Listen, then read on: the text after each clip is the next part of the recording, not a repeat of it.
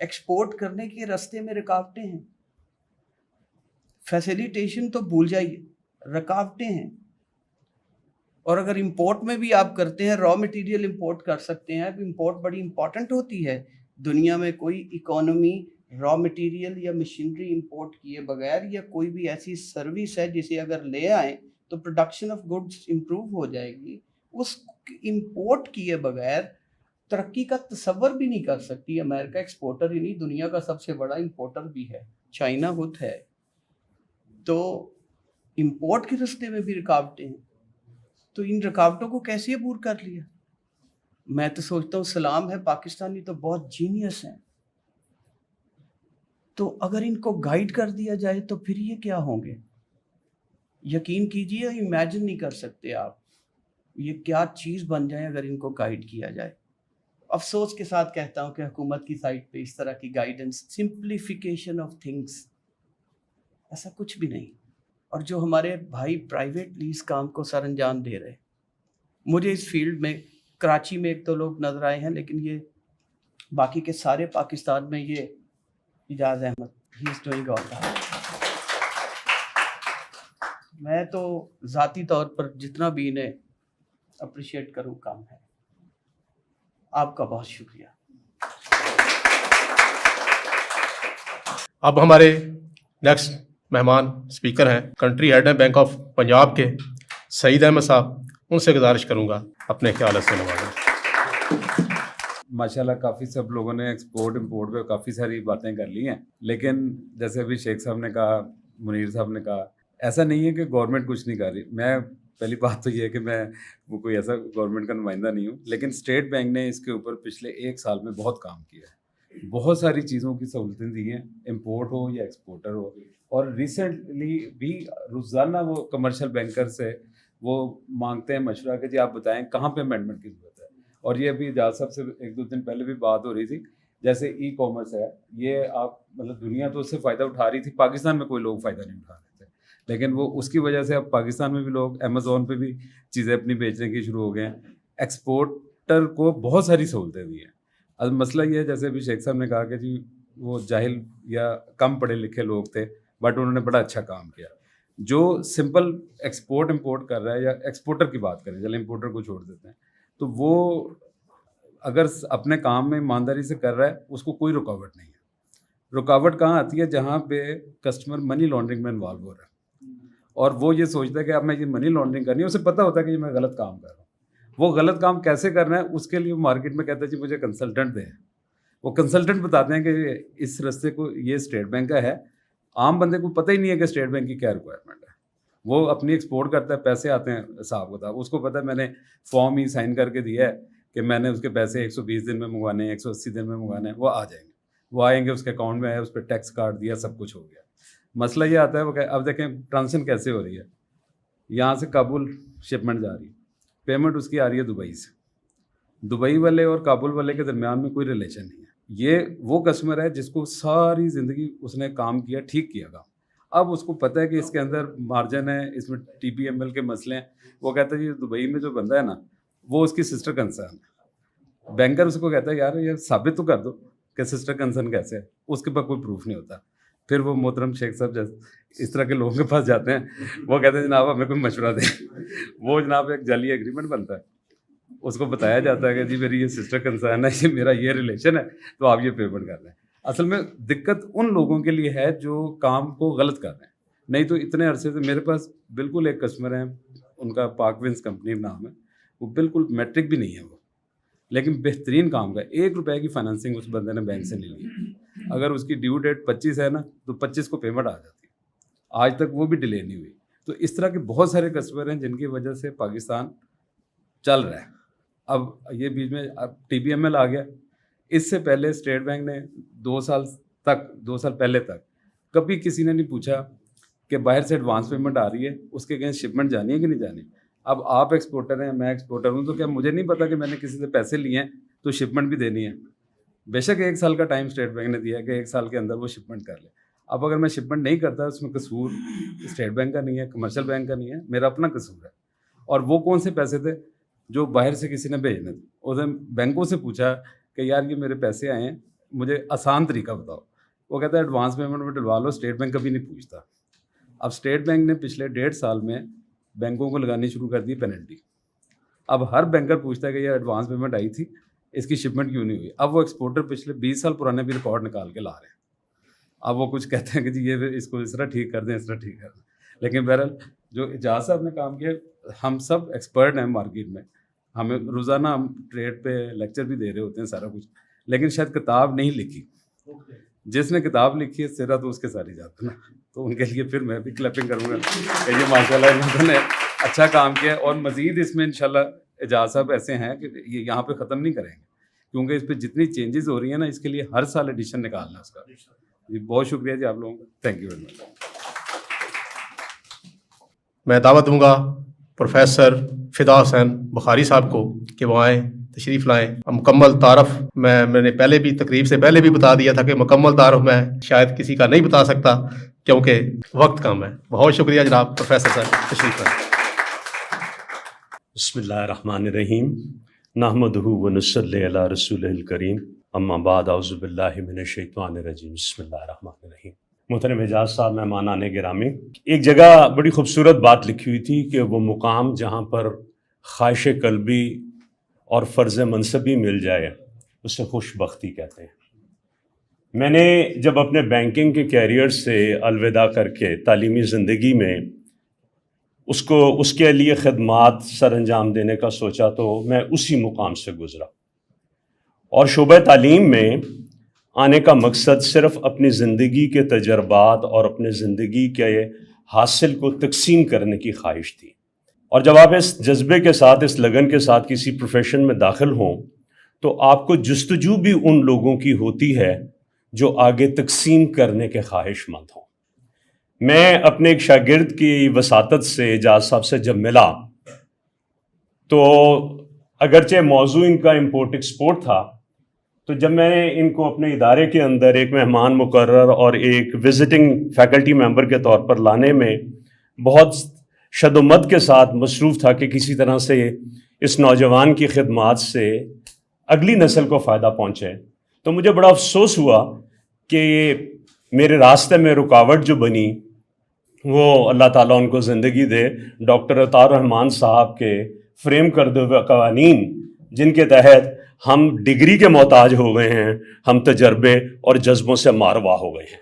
جبکہ علم کی ترویج کے لیے ڈگری ایک کاغذ کا پرزہ ہے, تجربہ, جذبہ اور لگن یہی نئے چراغ جلانے کے لیے ایک جسے کہیے کہ اندھیرے کی چمک ہے اور جسے ہم استفادہ نہیں کر سکے.